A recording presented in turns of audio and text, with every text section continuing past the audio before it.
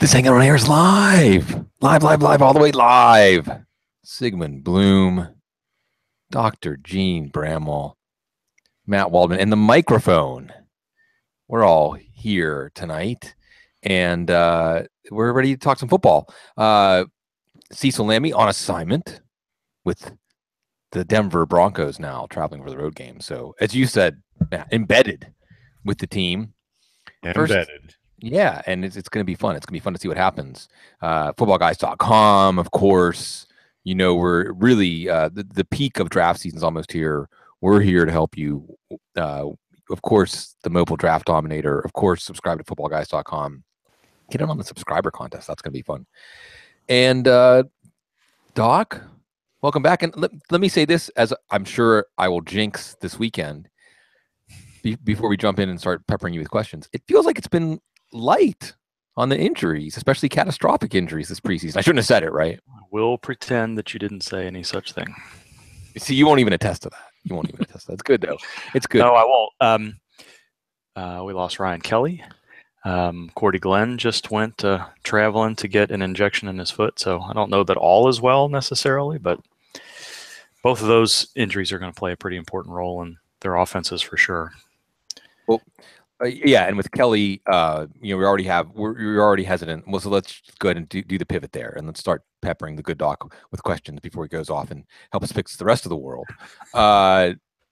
Andrew Luck, kind of a bottom line advice, and then that trickles down to all of the Colts, T.Y. Hilton, Frank Gore, now Frank Gore, especially with Brian Kelly's issue.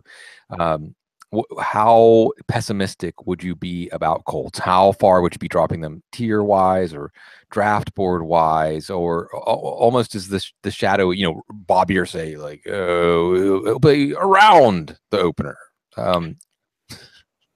Yeah, I don't think we're any different now than we were this time last week. We might get a little bit more information this weekend, but I think next weekend is really when we're going to have enough clarity to know whether or not we should drop any of the Colts offensive players significantly. And by significantly, I mean with the expectation that Luck is going to miss 3 to 4 games or clearly not be himself in that offense for multiple weeks. And I don't think we're there yet, but I think we heard that he was throwing a football last week. So give that another couple of weeks and see if he can progress differently than when Cam Newton has, who had a little bit of soreness midway through his throwing program when he started to do a lot more football related activity. And I don't know if we're there yet with Luck. So as it is so often, if you are a risk averse fantasy owner, then you probably need to drop him at least a full tier, knowing that the range of outcomes still includes missing 4 to 6 weeks, whether that means PUP list or not. If you are not, then even if he ends up not being himself for a couple of weeks early in the season, you're playing for Andrew Luck to be healthy toward the end of the season, and you take him at or above his ADP because you like where he's going to be, and make sure that you do something with your roster a little bit sooner than you might have otherwise to make sure that you have a player early. And I know you've been pushing Carson Palmer's early season schedule. I think pairing the two of those players makes a ton of sense. We have a new nickname for a player. Dante Moncrief is Good Grief Moncrief. Yeah. Because now we're looking at the shoulder again. Can you tell us a little more about why this may be a bigger concern than what it was earlier in the season? I think it's just one of those things where it's an injury that can be easily aggravated, and even when you think there's enough healing there to where it's not likely to be an issue, if you fall and have an issue, then it comes back a little bit. But I don't know that I've heard that he's had a recurrence of this particular injury lately, unless something happened today that I've missed. If that's the case, again, I think we've got some time for him to recover and be healthy in time for week 1.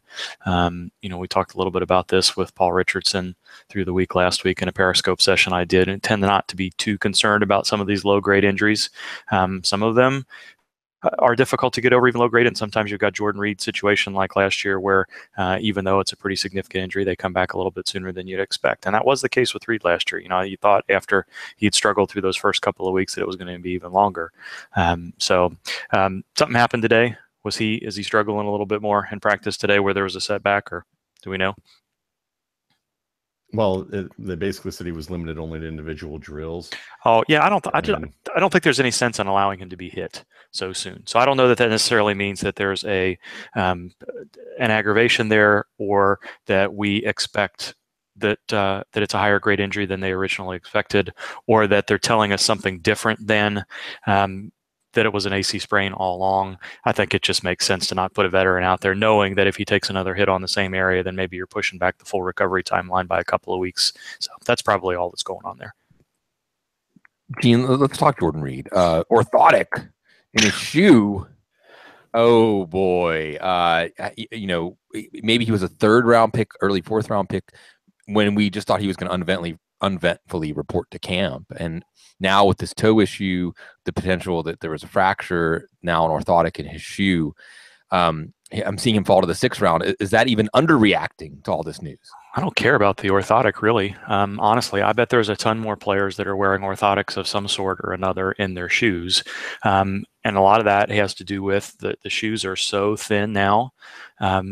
The speed shoes that have been worn for years and years, that we've wondering if maybe played a role in Liz Frank injuries going up a little bit more, maybe played a role in high ankle sprains increasing a little bit more, maybe even playing a role in knee injuries too. And I don't know that any of those things have been proven, but that's been a discussion for some time. And one of the things that Reed said about this orthotic that he liked is that it provided a little bit more support, and it allowed the cleat, the stud underneath, really to not push up and cause pain. The issue there for me is, and I still don't know why this isn't being talked about more, is last week he revealed that this was something that had been bothering him since last season. And then he tells a reporter in the open that he's got a fractured bone there. And we don't know what that means, but it's still thought to be on the inside of the foot near the toe. And in the turf toe region there's 2 small little bones called sesamoid bones that can be issues. And I looked for some comps to see if anybody had tried to play through this and whether or not we knew they played through it and played effectively. And I couldn't really find any. That doesn't mean they don't exist. But a lot of times the sesamoid bone needs to be repaired or removed so they're not continually causing problems. And if Reed is telling us that this has been an issue since last year, it is still an ongoing thing where he needs to go have discussions in person with the specialist, the specialist, the foot surgeon to the stars, so to speak, in the NFL, then there's an issue here. And I think it's great that he said as soon as he put on the orthotic that things felt a little bit better. But why, we're August the 17th now. Why did we go 8 to 9 months trying to decide whether or not an orthotic was necessary or not? And what's the risk that this could progress to something where the orthotic is no longer sufficient? Is it more of a stress response that's going to become a little bit more of a problem? I felt a little bit better about it when it was a turf toe injury that we just weren't concerned. We weren't really knew how much to be concerned about it. But now that we know that there was a fracture at some point, that even if it's healed, didn't heal enough to allow him to wear a normal shoe and start the year off the PUP list. I mean, we're going, 3 weeks, almost 4 on the PUP list now. And even though he says he's soon to come back, that was 5 days ago. I don't like it. And I think the bone issue is a bigger deal than what's being talked about. So hopefully he comes off the PUP list soon, in advance of the 3rd preseason week, which is the one we always like, the dress rehearsal, so to speak. If that happens and he looks fine and he starts practicing every day, then I think we feel a little bit more comfortable with him. But right now, I don't think I'd be touching him anywhere near his ADP. So speaking of guys that you may or may not touch near their ADP or their ankle, is Marquise Lee, his high ankle sprain, where are you at with that? And what would you advise fantasy owners? How far does he drop for you? Yeah, I don't know how much of a part I want of any Jacksonville Jaguars at this point after seeing how. But Blake Bortles is a garbage man. He's like the ultimate garbage time quarterback. He's been for the past 2 years. Yeah, well, other man's trash. You try not to put a whole lot of stock in preseason stuff, but the body language of Allen Robinson on those poorly thrown targets tonight has to send screaming red flags everywhere. That you've got your receivers already basically telling everybody that this situation is not good and hasn't been good, and there isn't anything to make you think that it's different than last year. So that's part of it. High ankle sprains in any player that has to cut frequently are at high risk of aggravation. I think the initial timetable him was kind of week to week. And again, you don't know if that's preseason week to week or regular season week to week. Preseason week to week doesn't mean a whole lot necessarily until it becomes 3 to 4 weeks. And then you worry a little bit, like Matt Forte, so to speak. So I don't know that I'd get too worried about him just yet. But if it lingers to the point where he's not ready to practice as we get closer to the regular season, then it's a little bit more of a concern. But I think there are just as many other issues to be concerned about with that Jacksonville offense right now than the high ankle sprain would lead. So we're getting into some on the couch kind of psychoanalysis. I like it. I like the idea of psychoanalyzing. I don't pay a players. whole lot of attention to that stuff, but I don't know. Maybe it's just me, but just watching those things pass my Twitter timeline, it's just stands out that Allen Robinson is like, without putting the sorry Joe into it already. I mean, like, you got to be kidding me. Yeah. So not a good deal. And I think it's very well said that if Gene is the one noticing it and not calling it a bunch of hoo-ha, right? Psychobabble hoo-ha, that we know that it's really something you should pay attention to. Well, it's just like Brock Osweiler and Brock Lobster and the way that he seemed to demoralize the Houston Texans offense. Soon, Cleveland Browns coming to a football field near you, get that Steelers defense. Oh, sorry, Gene, I mentioned team defenses. Speaking of Steelers teams, the Steelers will. Yeah. Brashad Perryman, and it feels like a tradition that we're talking about him in training camp and preseason with injuries. Now, it's a grade 2 hamstring strain. How much would this give you hesitation to draft him? Would it in turn you maybe give a slight bump to a Mike Wallace or a Jeremy Maclin if it does lower your outlook for Brashad Perryman? And how much do we look at Perryman even more in that light of a player who just can't seem to stay healthy?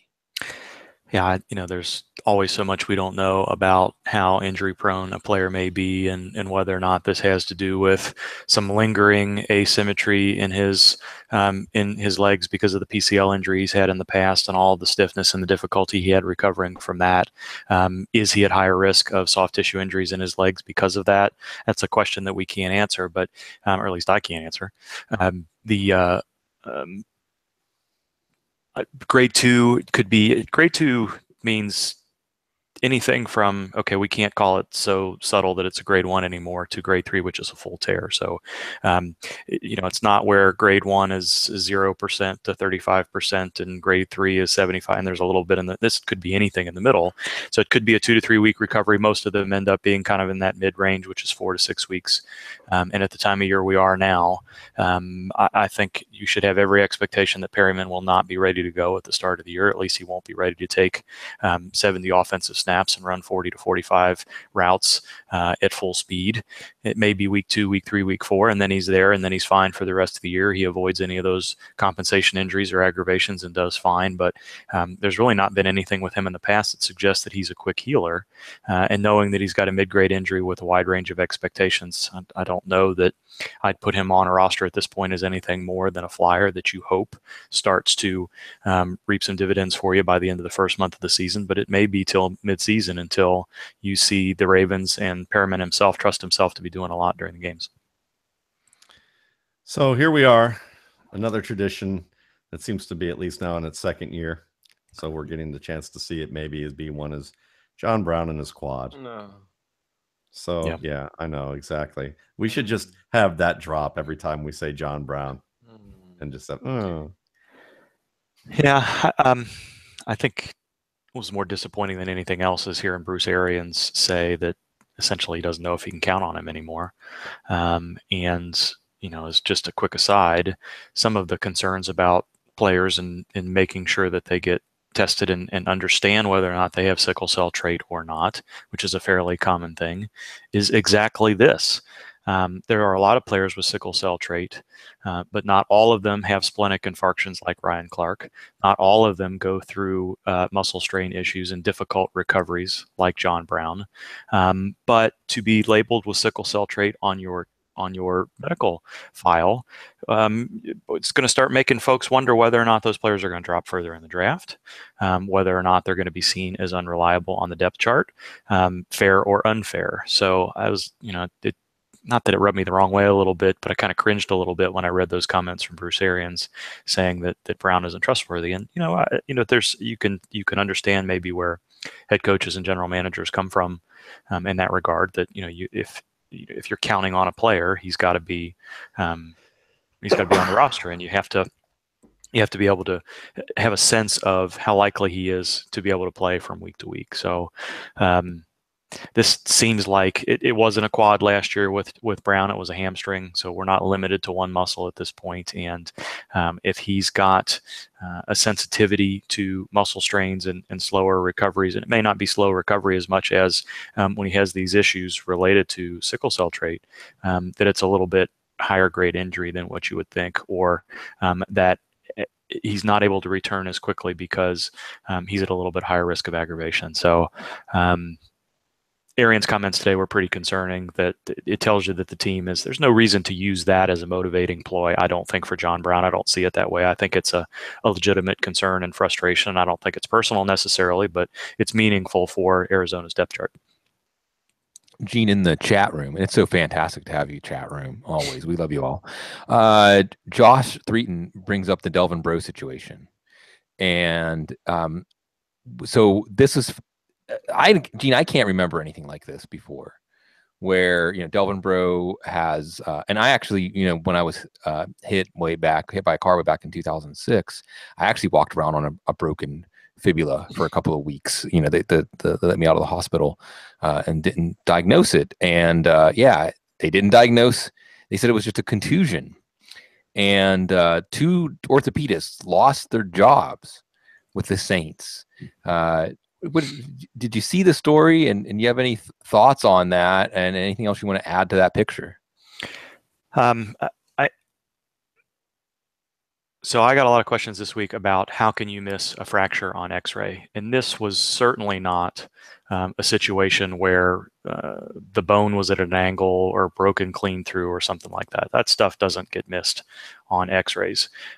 Sometimes the treating physician looks at the X-ray rather than the radiologist, but at some point, almost always, I can't think of a situation otherwise, unless everything is so self-contained in the office that it's just the specialist physician. There's a little bit of fail-safe in there, but there are situations. Stress reactions don't always show up on an X-ray. So this was a little bit of a stress fracture situation.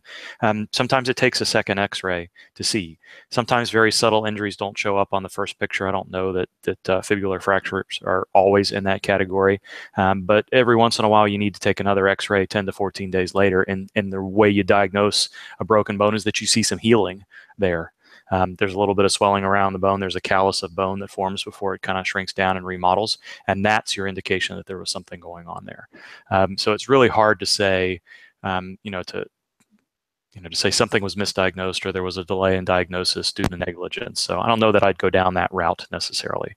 I think this really is unusual, especially this time of year, for this to happen in the middle of training camp, and it seems like it happened kind of quickly. And to my knowledge, I haven't seen anything related to the story that suggests that they have a replacement in place. In fact, I think I read something today whereby the Saints are going to be relying on the Chargers medical staff this week, where they're traveling to have players treated if necessary. So that's unusual for sure. So it's kind of a different situation all around, but sometimes multiple imaging studies need to be taken. Sometimes, like I said, I don't know that. I had some questions about whether this was negligence or not, or how can something like this possibly be missed. I don't think that's entirely unusual. You hope that it doesn't happen, but from a medical standpoint, those things are possible. It really sounds like this was a combination and culmination of factors that the locker room itself didn't have confidence in the medical staff, and that's a big problem from the coaching staff on down. So I think it may have had more to do with a confluence of factors rather than just the Breaux situation itself. That was kind of the tipping point. So saving the best question for last. I was on the Washington Post mock draft this afternoon, and one of the people on there was Stefania Bell, and she wanted me to tell you that she loves her some Gene Bramall. Oh yeah. And that she wanted me to tell him to say hello. And one of the reasons we all love Gene is that he has that confluence of knowledge, both about, injuries and also defensive play. So let's ask about KJ Wright having his knee examined.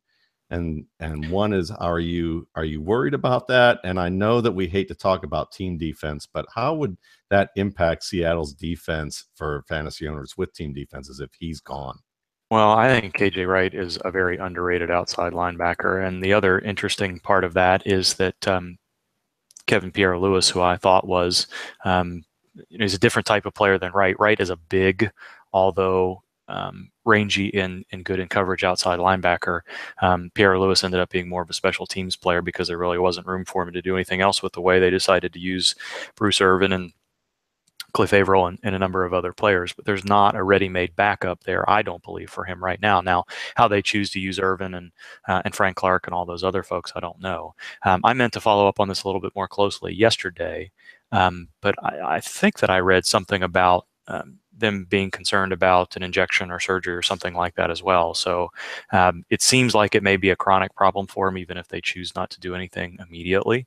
Hopefully it's nothing that shortens his career over the long term if there's a cartilage injury or otherwise. But whenever you hear that somebody's considering surgery, that means that there's enough going on there where if they choose not to have surgery, they're at risk of range of motion issues or pain and swelling as the season goes on, fewer practices, risk of something else coming up during the game. So I don't think KJ Wright is critical to the Seattle defense in the same way that a Michael Bennett or a Bobby Wagner or an Earl Thomas or even a Richard Sherman would be necessarily. But he is a very underrated reason why that team, more so than any other defense in the league, does not substitute much. They probably play 12, 13, 14 players a game, whereas a lot of other defenses in the league might play 17 or 18.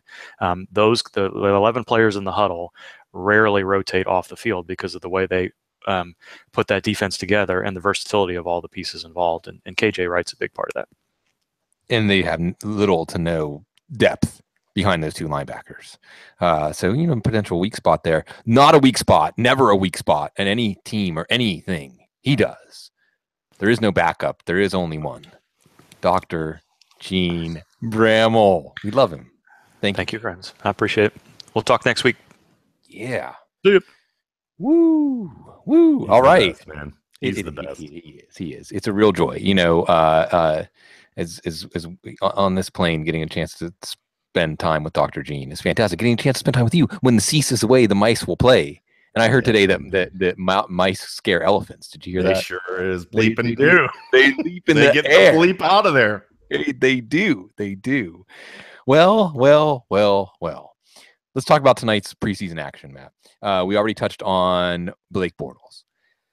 So, I mean, that demoralization of the offense. We were looking at Allen Robinson as a third, fourth round proposition, thinking, well, he was a first rounder when they were behind in a lot of games. He was more of like a wide receiver, 3, 7th, 8th round value.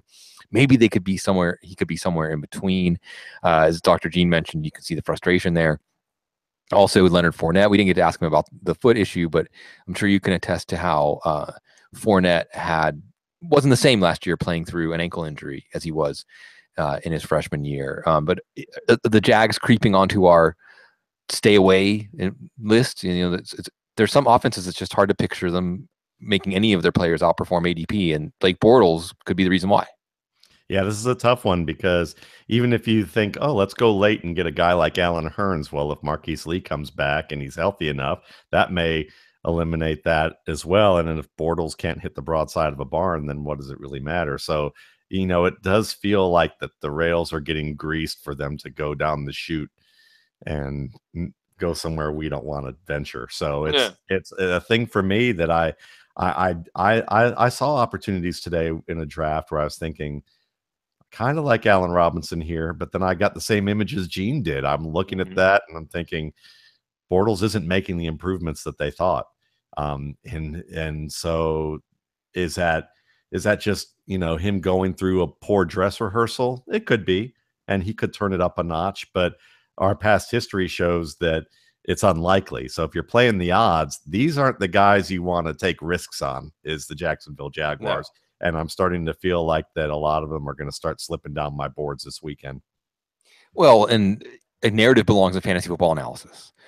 And if the players are outwardly showing frustration, we can remember with Colin Kaepernick, who may end up a Jag, you never know. When the Niners were showing frustration, that was when the Niners passing game just really went in the tank that year. I mean, there was just nothing there, flatlined. And I do think that players can get discouraged, that teams can get discouraged, and that it can become a self-fulfilling prophecy. And Bortles doesn't seem like the type to me to be able to transcend and overcome and win back the confidence until he shows us that he can do that. On the other side of that game, Doug Martin, still with that carrot, as they've said, the carrot dangling out there. He wants that carrot. He's hungry for that carrot. He looked good. Certainly the signs that, and this is that steady drumbeat, right? He returned to 2015 form. So here we are with him as a 6th, 7th round pick. Maybe after tonight, he might start to move up. I thought he was very attractive as a 7th round pick. And maybe even as a 4th or 5th round pick, when we look at the risk reward propositions among the running backs in that range, 2 levels to this. One is, do you buy it with Martin, and is that making you interested? And then talk about the 3 games and how much that would persuade you towards or away, and bringing Jacquizz Rodgers into this picture. Well, other than the articles I do where I'm not talking remotely about running backs, I don't think there's an article this season where I haven't said, go get Doug Martin this year. So the narrative for me, I've bought fully in. He was a number 3 back for the 2 years that he was on point. And these aren't, the issues that he had weren't things that you are massively concerned about unless you're the Buccaneers. And I know, how do you not be massively concerned about it if the organization's massively concerned about it? Well, the reason is that you're investing 100, 200, 300, whatever amount of money into your fantasy league, or $50 for that matter, whatever it is, whether you're a high roller or, a compact car kind of guy like me, then you look at that situation and you might lose a little bit by taking a chance on him, but it's not a big deal because you see the talent there. He's a great weapon all around. And when he's at the top of his form, he's literally been the number 3 back in fantasy football 2 of those 5 years. And the issues that he had were either injuries, bad offensive line, not being quite as in shape as he needed to. And this was a performance enhancement kind of issue more than anything with the Adderall. So when you look at that, it's not great, but it's not like he's a threat to society. He's more of a threat to himself, in terms of, and I think some of it was just maturity. And so when you look at that, for the Buccaneers, it's a different picture. They signed him to a contract extension last year, and then he got suspended. So, and after all the ups and downs they've had with them, they're like, look, we have a new regime. We know what direction we want to go. We can't mess around with you. You've already kind of stretched us to the limit. We're going to let you know that. And we're going to stick with you one more year because we already sunk a ton of money in you. And that's the type of thing that, that's why they're concerned. But Jameis Winston already said this week, he's our guy. He looks great. He looks like the Doug Martin I remember seeing, when he's in his top form. And everyone's been saying that. Players have been saying it. The coaching staff's been saying it. Dirk Cutter was a guy who stood on the table basically when Lovie Smith picked, Charles Sims early. And he said, I don't care whether you're picking a running back this year. I want Doug Martin. I played against him. I've seen him. I know what he can do. And you heard during the spring 2 years ago, we have got a competition, and Doug Martin's not necessarily our starter. And then very quietly at the first week of camp, they said, Doug Martin's our starter. There's no contest about this. It's wrapped up right there. And he went out and had the number 3 season. So when you hear that he's in shape, he's doing well, he understands that this is his last shot, and this team has the weapons it has, it's a no-brainer for me. And I would pick him earlier. I've talked about reaching for him as much as the 5th round if you know how your drafts are playing out and the players that you want to kind of pivot around. And when you look at the backs with ADP ranges after, Lynch, McCaffrey, Cook, then you're looking at guys like Mixon, who, you still have some we know what he should be, but you have the line questions and you have the questions about the competing players on a depth chart.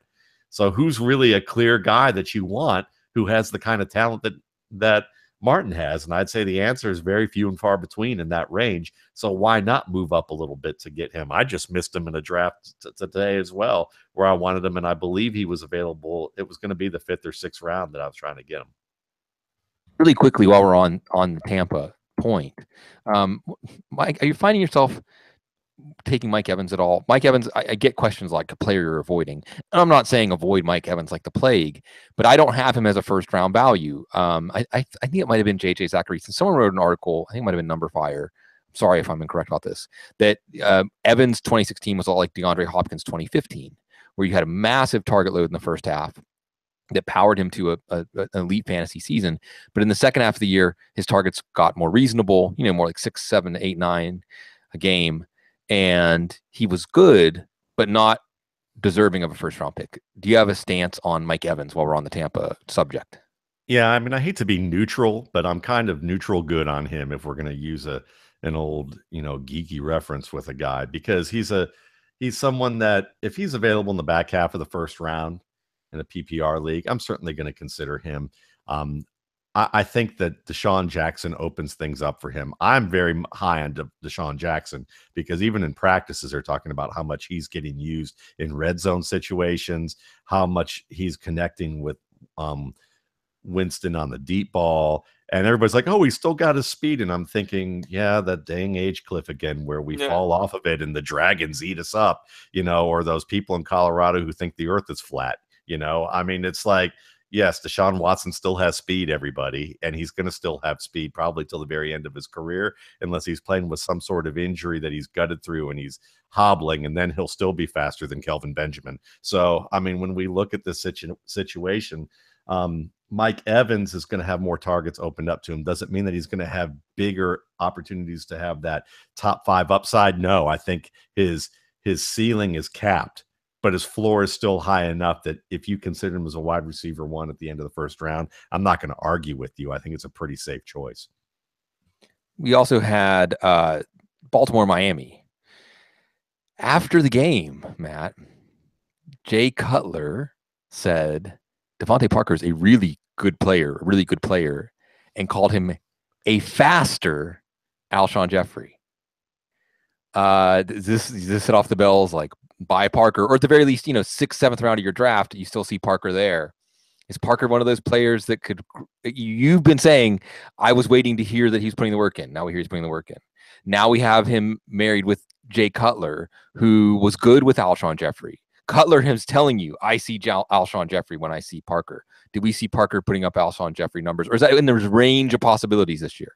Absolutely in the range of possibilities. And another player, pretty much every time I talk about wide receivers, how I talk about how I've changed my mind on him based on his behavior this year. And this is a perfect marriage because honestly, I don't like Ryan Tannehill as a vertical thrower. I don't like him as a tight window thrower. Jay Cutler can make some amazing throws. It's just whether or not he's making the best decisions for his team that have been the bigger question. But when it comes to making some of the finest throws you'll see in the NFL, he has moments where he's up there with anybody else. It's just he can't piece them all together.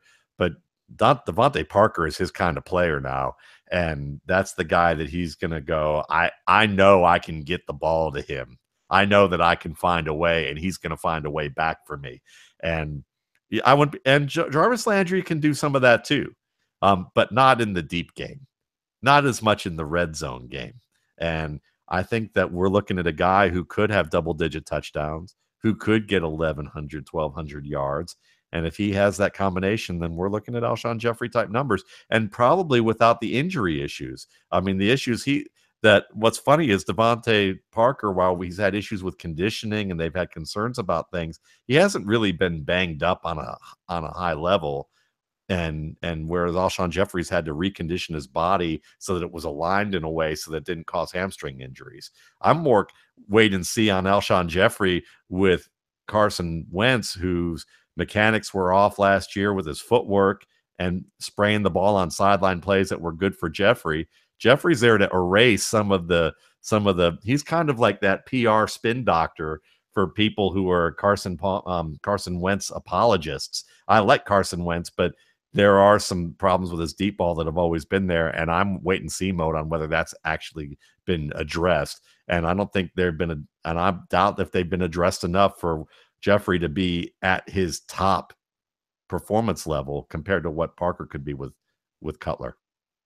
I'll give you a Baltimore question. There's not much to talk about in terms of what we saw tonight in the game. You know, I could ask you about, what's his name, Josh Woodrum, who had 2 touchdowns, the running back. But Liberty. One of the exercises we do, Matt, at this time of year is that we try to imagine what the offense is going to look like.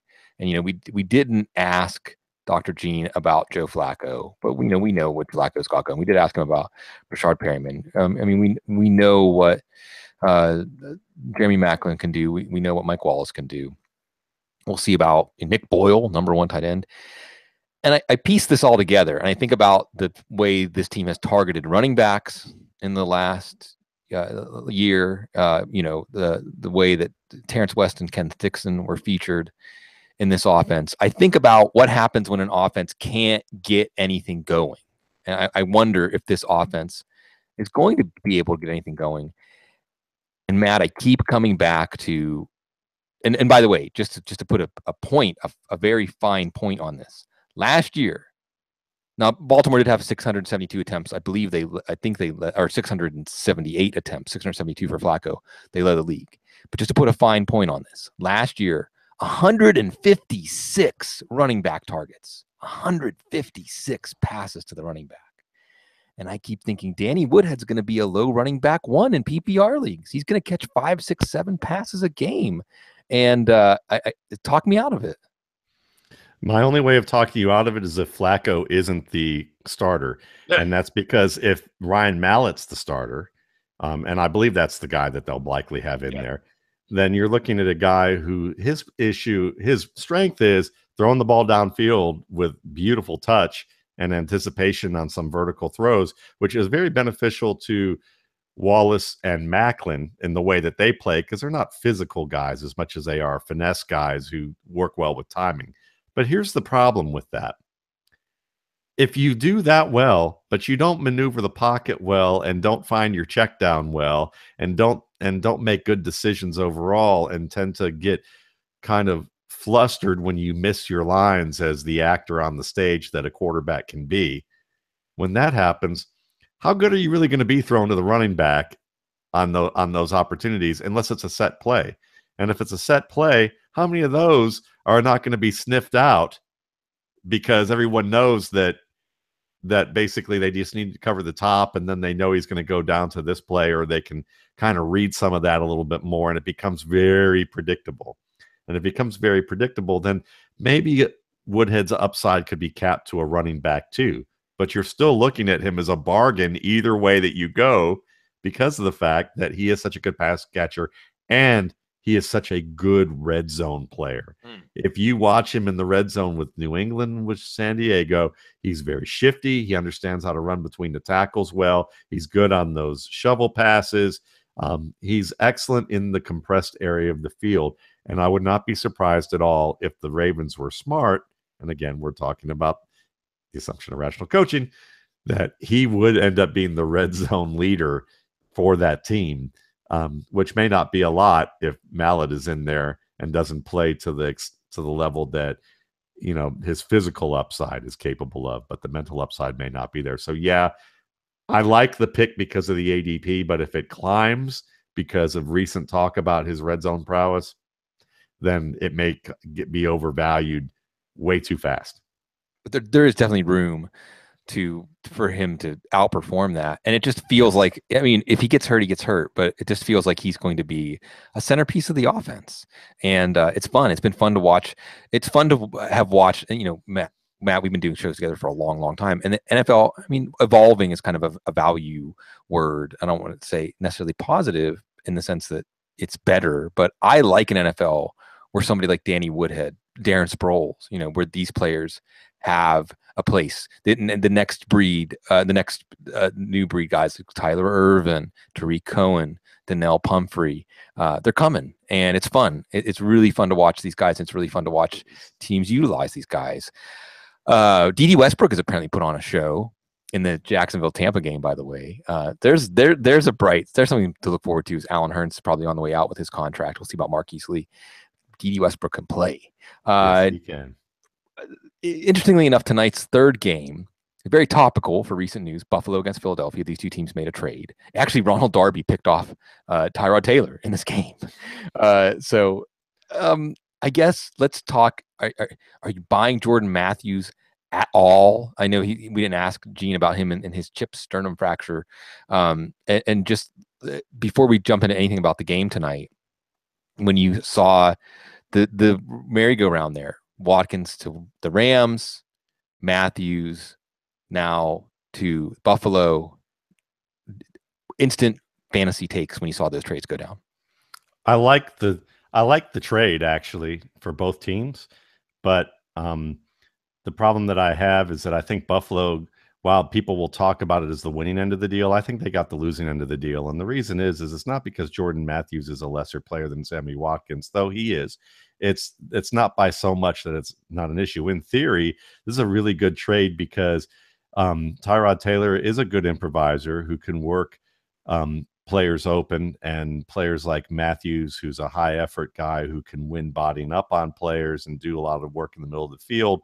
He and Anquan Bolden can help each other out that way. But the question for me is, it's a new offense. Tyrod Taylor hasn't looked good so far, trying to absorb that. And if we're going to put narrative into the picture, well, it doesn't seem like the team wants him. Doesn't seem like the team wants any of the guys from the Ryan regime. They just want to get rid of these guys. And if Nathan Peterman actually looked like a decent draft pick, then Tyrod Taylor would probably be under pressure right now as far as his starting opportunity. So when you put all of that together, you're looking at a situation where you have multiple slot receivers manning the starting wide receiver core. And Zay Jones obviously has I thought Zay Jones would have been a great pick for the Saints, because I think for an anticipation deep ball thrower, he can get open and make plays down the field. But he's not a 50-50 catcher in my eyes. He's decent at it, but he's not the greatest. And he doesn't have quite the speed. So he's going to have to make a lot of those 50-50 catches. If he does it well, then you're going to look at a really nice wide receiver who might be a Mike Thomas type. But I just don't know if he's quite there on the physicality side. But with Matthews, last year, Philadelphia, we're going to move Jordan Matthews outside and see how he does. I don't know, what was it, 4 weeks later? Yeah. Was it even 4 weeks? Yeah. They didn't even get into training camp. It was like before July 4th. They said, yeah, that experiment didn't quite work. We're going to move him back into the slot.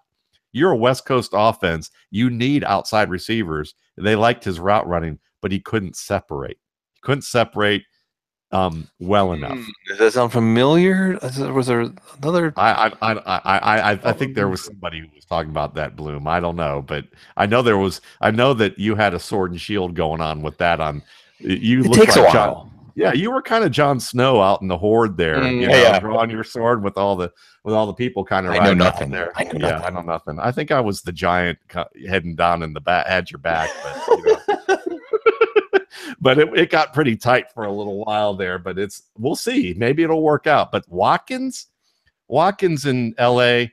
Look, Tavon Austin's gone. He's an overpaid running back who everyone thought was going to be Victor Cruz, but he couldn't run routes downfield. So they're trying to use him as a gadget player. Now they have Cooper Kupp, who I don't care whether Watkins is there or not. I still think he's going to be one of the top 3 most productive PPR wide receivers as a rookie among the rookies this year. He knows all 3 positions. The coaches are already saying that before they even drafted him, they said he had the knowledge of a veteran wide receiver coach in the NFL, and he's correcting alignments of other players in practice. And Steve Smith said he was the best receiver of this group. And I'm sorry, but if Steve Smith told me that the sky were purple, I might have to look up and at least check to make sure, in terms of players and what he has to say.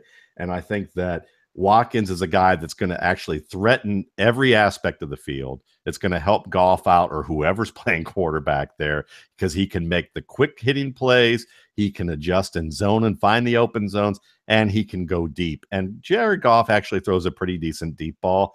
He just didn't have anybody who would catch it on a consistent basis. And even Kenny Britt did pretty good last year with that. So I think it's an upgrade for them long term. Austin's not long for this team. Robert Woods gets slotted into where he really belongs, which is that number 2 middle of the field dig route, comeback route, timing route player who can do a little bit for you after the catch. And they can move Cooper Kupp around when they want to put that little gadget from Western Virginia in the game. They can still move Cooper Kupp around and let him play any position and be kind of their rover. And so I like where that goes. It's just whether the offensive line can hold up and whether Jared Goff can prove that, a half a season while he was trying to learn a different language in an offense that was also incredibly unnuanced, was an unfair way to really characterize him as a prospect. Yeah, I'm very fascinated by what Watkins can do. I think the immediate reaction to the trade moved him down to the 5th round, and sometimes you just don't overthink it. I mean, we say this like, well, Allen Robinson, you don't overthink it and look at his quarterback. And I think that's always something to keep in mind. When you take a wide receiver or tight end in your draft, you are also taking the quarterback. You're taking the connection. Now, when you're taking the running back, you're taking the offensive line. You're taking the team in a way and their ability to set up the running back for big games. It goes for both running backs and wide receivers for all players. That surrounding cast means something. But Jared Goff, we'll see. I know Tyrod Taylor had some skills that really helped with Sammy Watkins. We'll see about Jared Goff, but I wouldn't swear people off of taking Watkins in the 5th round. He's that good. And I think Watkins helps Gurley. Yes. Yes, I think he absolutely helps Gurley in that regard. And you mentioned about what you have to rely on. One of the things that I'm working on tonight is a column about consistency scores. And one of the things that I decided to do was take last year's consistency scores and have like a projection kind of change metric and use a scale of things and say, okay, well, these are players that these changes to offensive line or addition of change of role or injury or suspension or anything like that have either a direct or indirect effect on the player. Offensive line and running back directly affect each other. Wide receiver, quarterback directly affect each other. Wide receiver and teammate at wide receiver or tight end or a running back indirectly affects each other. So you kind of scale it up. And I think that's what we kind of want to do, is add up some of these things and look at direct and indirect things. And it certainly, Sammy Watkins helps out Todd Gurley because, this guy, if he gets open and the ball's thrown in the air, he's going to catch it. He's going to come down with it. They didn't know whether. I'm sure that the league looks at Kenny Britt the same way we look at Kenny Britt. I'm sure they do. I mean, and maybe even less respectfully. And I'm sure that the league looks at Sammy Watkins and goes, as long as that guy stays healthy, we're in trouble this week. We need to get him out of the game. Yeah. Well, and it's like, along the lines of what you're saying, just conceptually, it's like players in the same offense share soil. Some players are miracle grow, for other players, and some are like salting the earth around them and making it impossible for things to grow. And I think it's a good idea when you're doing your draft prep to think about offense's potential to help players outperform their ADP and offense's potential to keep players from meeting their ADP and those surrounding players. So we'll see. It's going to be fascinating. Do you buy the idea that, and it did show up statistically, do you buy the idea that Jordan Matthews being gone means that Zach Ertz moves back into your top 10 tight ends? Yeah, he never really left, to be honest with you, because I'm not trusting Torrey Smith. And I'm still not trusting Alshon Jeffrey to stay healthy until I see it. So I felt like Ertz was probably the safest play in that lineup of in the passing game. And I think that that's just been solidified even more at this stage of the game, because there's a lot of ifs with this team. We know Jeffrey's talent. We know Torrey Smith's talent. We don't know whether that either of those mesh up with what Carson Wentz does worst and whether he's going to improve that. And then we have, then we have Nelson Aguilar as the wild card. Has he been playing well enough that because they could trade him? Does Mac Hollins come into the picture as a surprise guy? I mean, lots of room here with Philadelphia. The thing that I like is they have a very good offensive line. So that means that they're not going to have to keep Zach Ertz in. They're going to allow him to run and get open. And he's the guy that's probably the safest play that meshes well with what Wentz does best, which is throw the ball reasonably accurate in the short to intermediate range of the field when he knows what he's reading. So I noticed that you mentioned Dalvin Cook. Now, as we're moving on from tonight's slate of games, D.D. Westbrook, everybody, again. You mentioned Dalvin Cook and Christian McCaffrey. These are your third and fourth round running backs, third or fourth round. And the idea being in a draft strategy, and I've been saying this a lot on the couch recently. The reason that we ended up with upside down drafting do the opposite with zero running back is when you look at running backs and wide receivers next to each other at the same ADP, the running back always is a less attractive risk reward proposition than the wide receiver. So take the safer, sure things and then try to make some running backs hit. But I see as the NFL becomes more pass happy, wide receivers so deep. Your names, Matt, might be different than my names, might be different than any other fantasy analyst names, but 6th, 7th, 8th, 9th, 10th round, you're going to like the wide receivers that are there. It's a numbers game. Your 25th wide receiver might be my 45th. My 25th might be your 45th. But the reality is that the spread, there's like 20 wide receiver 3 flex level plays, and a lot of them have paths to more value. And if you load up on wide receiver early, you're missing the opportunity to build a team that is solid to strong at wide receiver with some of those later picks, and be strong at running back, or take a quarterback or tight end early. I even like dabbling with the idea of a draft strategy where your first 4 picks are 2 running backs, Aaron Rodgers or Tom Brady and Gronkowski. And then let's just fire away at wide receivers, guys like Devontae Parker. Just fire away at all these wide receivers. So part of that kind of plan, and fitting in a lot of different draft plans, is that third or fourth round running back taking. And if you are inclined to go do the opposite upside down, then maybe you take your running back 1 there. Now we've talked about Marshawn Lynch, and I love that you're on board with Lynch too. That's one of the guys.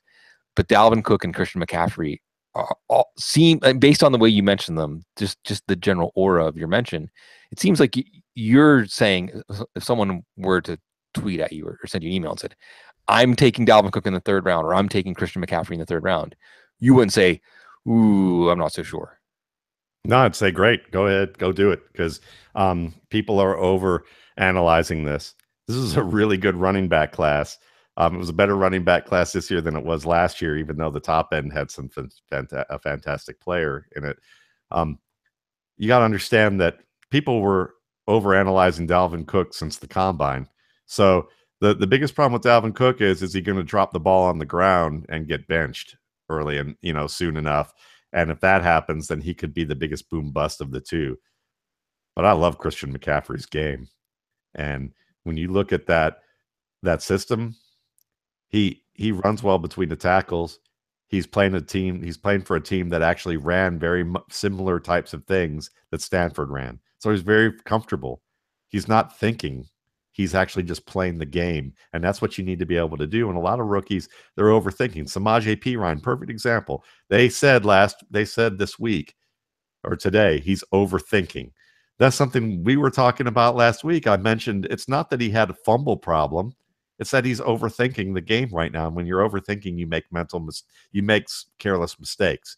You may be good at grammar, but then you have to do, say, an essay on a very difficult piece of literature, and you're thinking really hard while you're trying to think of a subject, and you make some careless errors grammatically when you're writing that you never make. It's because you're stretching, and that's what Samaje Perine's doing right now. But a guy like McCaffrey, it's easy to him because it's the same system, not a lot of changes. He's already a very versatile, nuanced guy. And while Josh Norris, you got to follow him, guy at Roto World who does all the on Twitter, does all the tweeting of like training camp videos and preseason stuff, and he does great work. But I'll caution this because we can get a little overexcited with this. Is when you watch him run against linebackers in space and beat them and fake them out, he's going to have some plays where he does that for long touchdowns. But more than often than not, he's not going to be in a one-on-one drill with a linebacker in space. He's going to beat that first linebacker, and there's going to be two more guys who are going to tackle him. But there are going to be a lot of plays for 6 to 10 yard gains in the passing game for him, and they're going to use him in the red zone because even though Jonathan Stewart will be there, they're gonna put Matt McCaffrey out in the slot. They're going to run the little ghost sweep to McCaffrey to the edge. They're going to do little dump off passes. I would not be surprised at all if McCaffrey has somewhere between 6 to 8 touchdowns at a minimum this year, and ends up being the yardage leader in line from yards from scrimmage for this offense. And I think that he's an excellent pick, and I would take him as if he's a veteran, a 2-3 year veteran right now. And it's the patience, really. What stood out to me is the patience married to the burst and the vision. And he looks like he was custom made for the kinds of runs that are the bread and butter of the Carolina offense. And we talked about this on the couch. I don't remember. I think it was with Woodrow. That all it takes is, or maybe it was with Christopher Harris. Did a couple of couch episodes this week. Just one Jonathan Stewart ankle tweak, misses a game and a half, and then you can't put Christian McCaffrey back in the bottle. It ain't happening. So, swing for the fences, folks. Bet on yourself. Bet on talent. And bet on footballguys.com. You love the Audible. Show us your support. Subscribe. Get the mobile draft dominator, the lineup dominator, the waiver wire and trade dominator. And Simon Shepard, who recently appeared on the couch, doing fantastic work. It's fantastic to be part of Football Guys. And at this time of year, it's exciting. We're plugged in. You're plugged in. Last question before we go. I got to ask this one because it's a great fan of the show who has been with us for a long time. The very first comment in the live chat, Wendell Rita, is Chris Carson going to be a thing in Seattle? What's in the RSP file on Chris Carson? Because CJ Prosise, Eddie Lacy, Thomas Rawls, they're all great players, but they're all very injury prone. And here's Chris Carson. Yeah, I mean, it's possible because of the fact that Seattle is so open to competition, and Chris Carson, what he does very well is hit the crease hard and run with power. He's got good balance, good enough burst. He can push a pile. He can break arm tackle. So that's great. Is he a guy that I'm going to look at and say he's a future running back one? I doubt it. I think that he's good enough to be a committee player, and maybe a emergency starter, but I don't think he's necessarily a thing. But with that said, running back play, we've talked about this over and over again. Running back play is such that you can get guys off the street and put them in, and they can give you starter production in the right fit. And I'd say that that's very possible, but we'll see if CJ Prosise is injury prone after this year. Maybe last year was tough, but he looked fantastic when he got in the game. So I think this is just going to be a true committee rotation with Rawls at the lead if he can be healthy enough to start, and Eddie Lacy getting specialized looks and CJ Prosise getting specialized looks. But I don't think, like you said, it could take an injury or two. And if that happens, then Carson will be in the mix. But he's an end of the draft dart at best right now. Yeah, waiver wire speed dial, but one with talent, and the path to value is there in the Seattle backfield. And I'm excited, Matt. I think year after year, you and I are going to do the Charlie Brown football thing with Seattle's offense. This is going to be the year they're going to open it up for Russell Wilson. This year, with all those targets around it, this year will be the year. No, with that and more coming up in NFL 2017 season, and you can feel it getting closer now. Third week of preseason games coming next week, the dress rehearsals, and then a couple weeks after that, opening night. And it's beautiful, folks. It's coming. We love taking this ride with you every year, every week here on the Audible Live. On behalf of Cecil Lammy on assignment, on behalf of the great Dr. Gene, on behalf of the great Matt Waldman. Everybody, stay classy.